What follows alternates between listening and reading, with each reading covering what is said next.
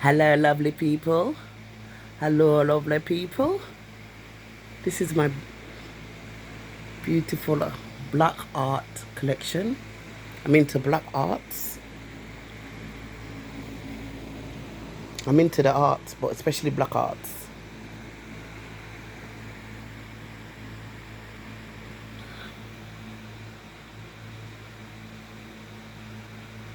So what I want to say is, yeah, I went to the shop just now. I went to ASDA at the petrol station.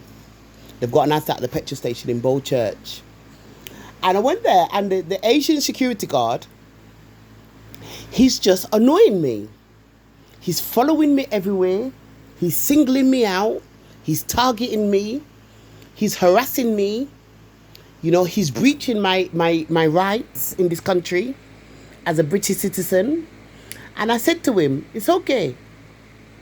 Because when I qualify as a solicitor, don't come to me when these people are ready to turn around and deport your backside back to your country. Do not cry out for me. So there was an Asian guy there, because I asked him to, another Asian guy, separate one.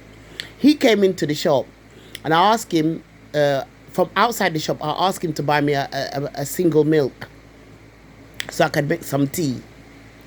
And you know what? The Asian guy, when I went into the shop, he said, show me which milk. So I went in and showed him. The Asian security guard started following me again, you know, as usual. I'm making it very obvious and not even giving me any space or anything. And I said, I'd never come in here. I never thief anything. I never shoplift. So why would you do that when loads of white people come in all the time, these drug addicts and alcoholics, and they thief? Blatantly thief out the big bulks of stuff and or walk out slowly, and they don't touch them. And if they tried to, the white people turn around the drug addicts and tell them to fuck off and suck their mama. And, you know, and I'll thump them down as well. I never do anything like that. I never break the law. So basically, I said, you know, the other Asian guy that was buying me the milk, he jumped in at the argument now. He was talking to them. Then he came outside the shop, because I went out the shop. And I was sitting in my wheelchair outside the shop. So the Asian guy who was buying the milk, he bought the milk for me. He said, here's the milk.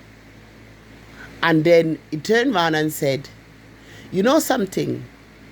He said, let me tell you something. He said to me, we Muslims don't discriminate against anybody. We don't care whether the person is a drug addict or not.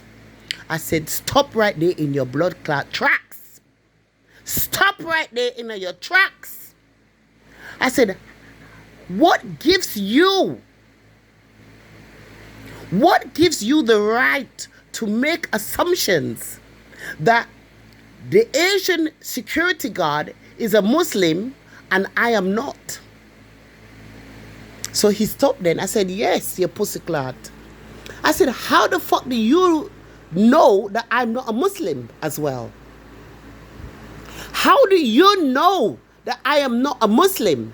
Muslim does not go by the color of your skin, my friend.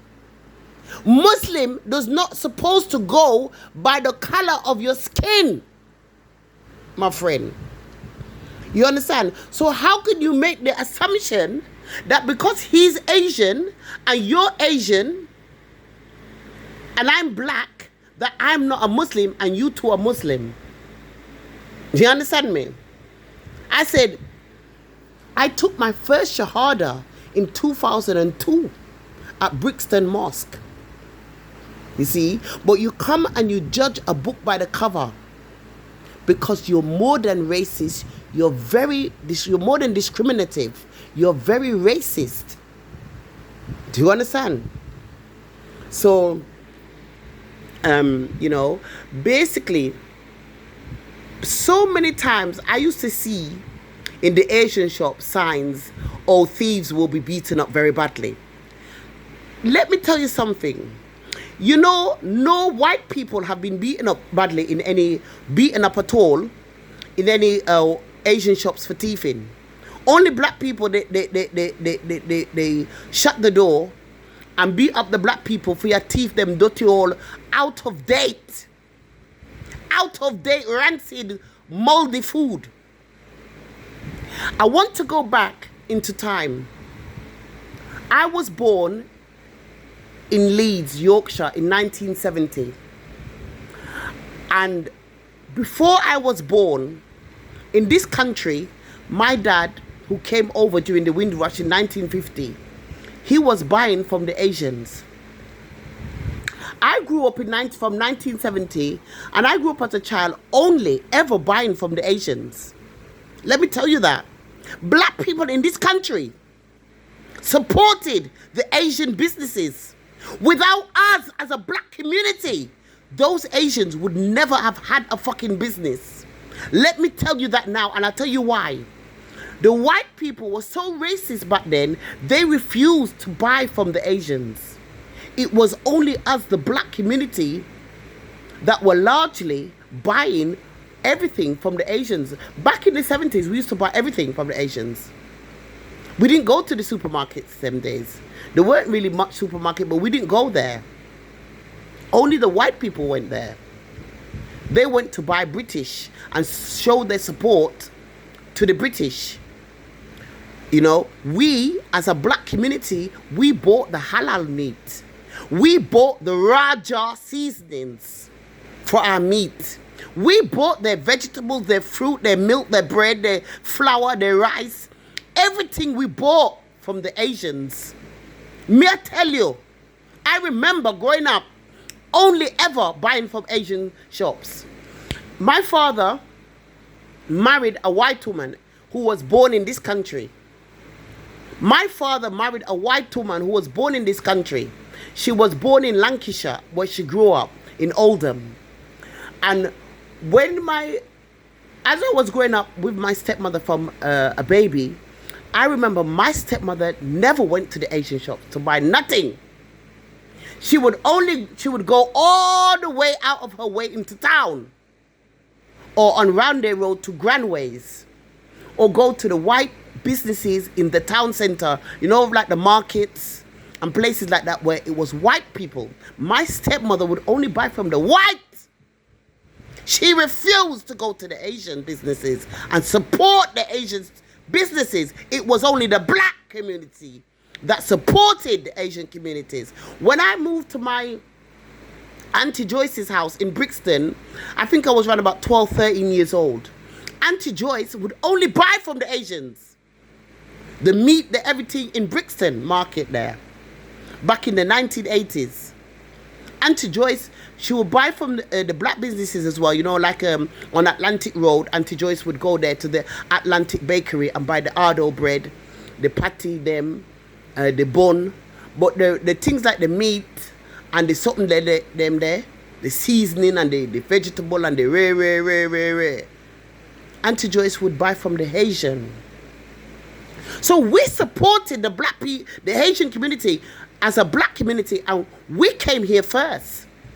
And we supported their businesses. Now, when I went to the shop and I was watching him, because the Asian man that bought me the milk, he said, "Don't shout." I said, "I'm not shouting." I was not shouting, actually. I wasn't even getting upset at all. I was not upset at all until he referred to me like, "Oh, we are not racist. I'm a racist." How fucking dare you tell me I'm a racist? I said, how do you know I'm not a Muslim? We black people embrace everybody else's religion, everybody else's language, everybody else's culture, everybody else's food, everybody else's clothes. And they have the fucking audacity to insinuate that black people are racist towards them motherfuckers. That black people are racist towards white people. That black people are racist towards Asian people. Let me fucking tell everybody now. We as a black race have embraced every motherfucker's else's religion, language, culture, clothes, food, art, every blood-clotting education. How on earth can we be the racists? We embraced it because we're not fucking racist. If we were racist, we would have rejected everybody else's fucking motherfucking culture. How many of the in the Asian community, they used to embracing everybody else's culture? No, they fucking don't. We did that and we never quarrel. We do it and we don't quarrel. You see, how the fuck can you try flip the script on me as a black woman and say black people, insinuate that black people are the ones racist towards every other motherfucker? You see? Huh? You see what I'm saying? How many of the motherfuckers come in to black businesses and buy our fucking kenke? How many of them blood clot do you see come in and buy our fucking yam? How many of them blood clot do you see come into black businesses? Huh? And buy our rice and peas, our stew chicken, stew beef. How them something there? How many do you see buy our jollof rice? How many of them do you see wearing our African clothing?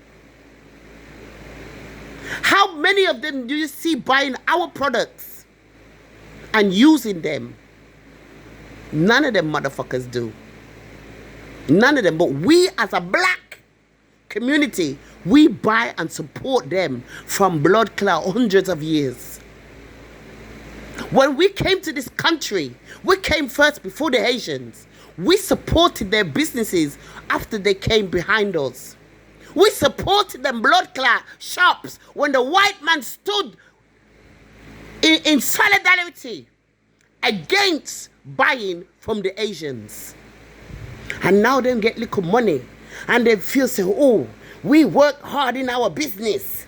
Way, you were racist. We just remember your blood clot. I was born in 1970, so I know.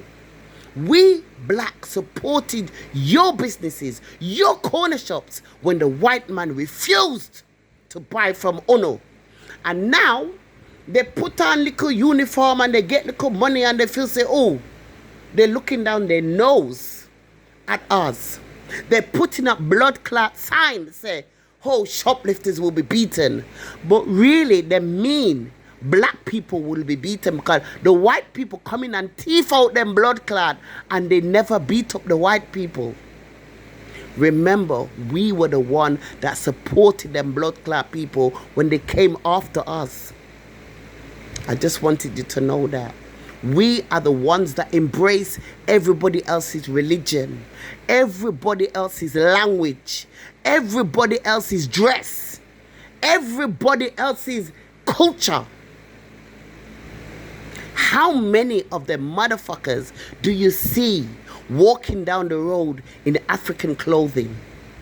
How many of them do you see buying our products from our businesses, adopting our culture? Because blood clot and ras clot and India is not our culture, that's Irish culture. So how many of them really,